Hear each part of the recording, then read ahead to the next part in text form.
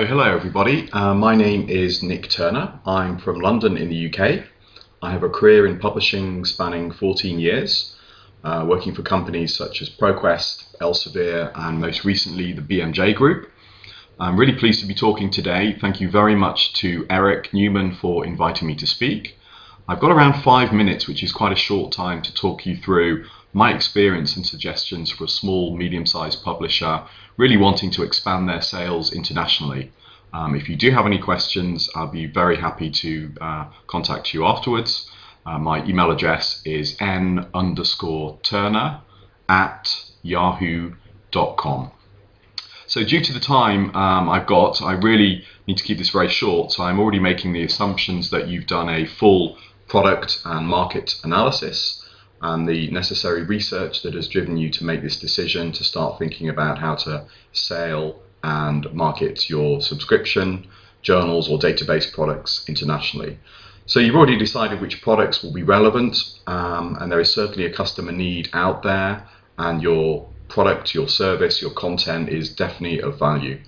Now, really my experience and recommendations at this point is to think about how you would really go about selling and marketing these products internationally, and really to investigate a number of channels and distribution models, or maybe having a mix of these. And the main 4 models I'm going to focus on today are firstly outsourcing, secondly hiring your own sales and marketing staff in your home country, in your headquarters, setting up a network of agents and distributors around the world in your main markets you want to target, and finally hiring your own staff locally in those major markets.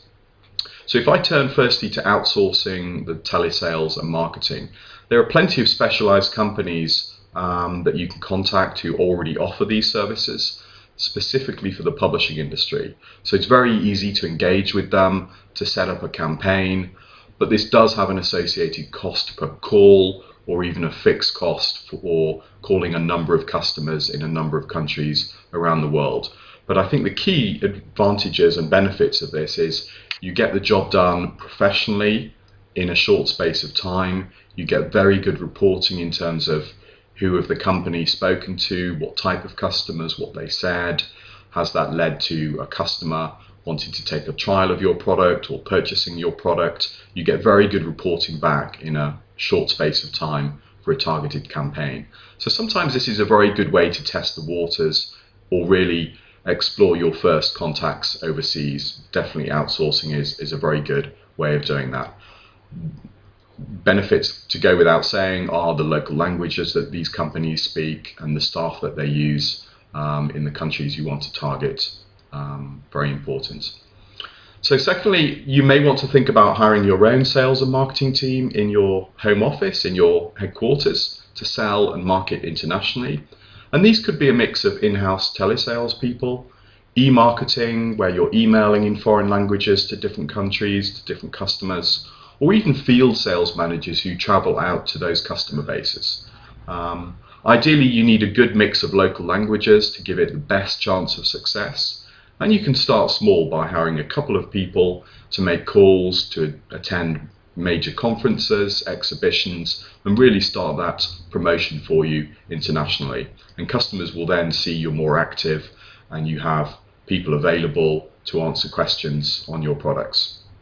So this is obviously a really good starting point and does require some investment, but many smaller companies allow these staff to visit internationally, and that really builds up a good base of customers who are attending conferences and exhibitions. So plenty of time I would really dedicate in those types of activities.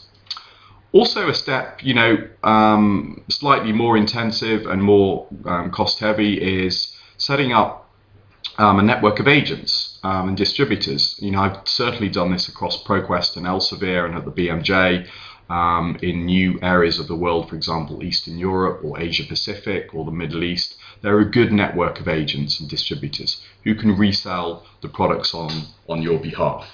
They're local people in each country, speaking the local language, understanding the culture, and typically they work on a percentage discount from your list price. And that can vary between 5% and 30%, depending on the cost of the product, the cost of sale, but also how generous or supportive you want to be in terms of offering them good incentives to do a great job and to sell your products in their country. And there are certainly plenty of these distributors and agents around the world who will be able to assist you.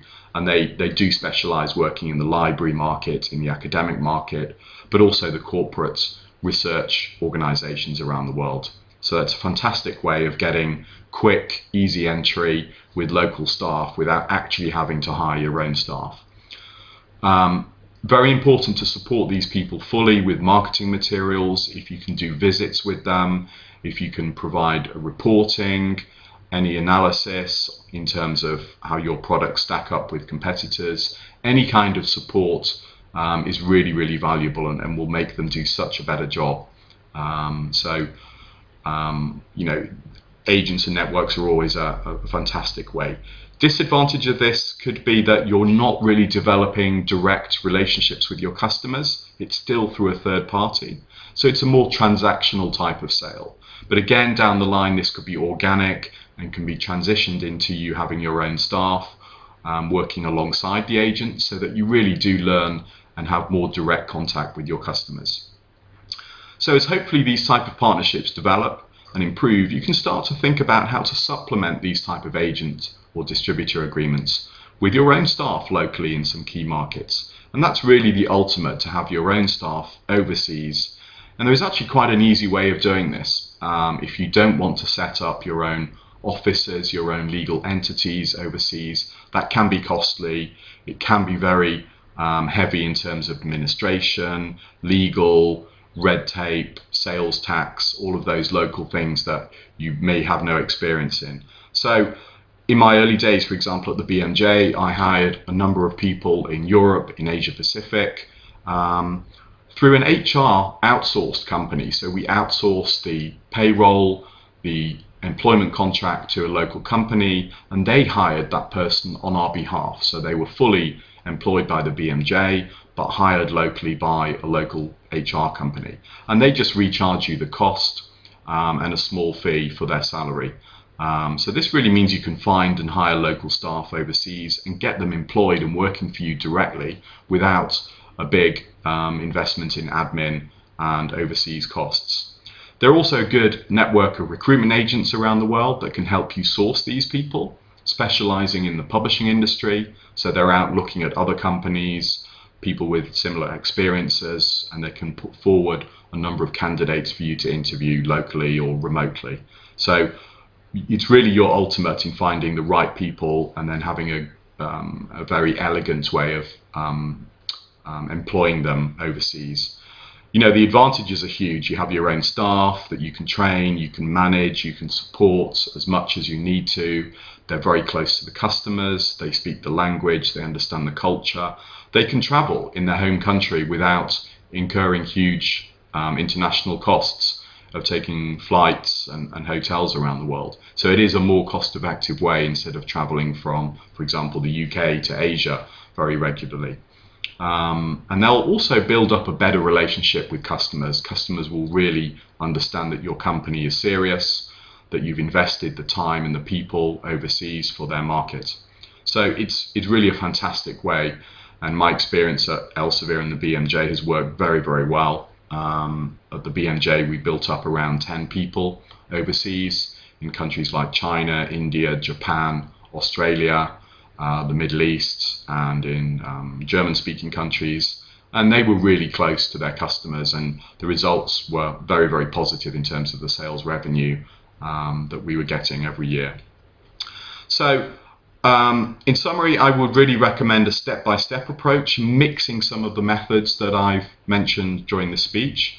Obviously, most of this will depend on how much time and money you want to invest in supporting this process, and also managing these people or these networks overseas. But they're definitely proven methods that will work very well depending on your appetite for risk, your appetite for investment, and your general interest in how far you want to go internationally. So apologies for rushing through some of these points. Very happy to help anybody out or to have further conversations on these topics. So thank you very much for listening.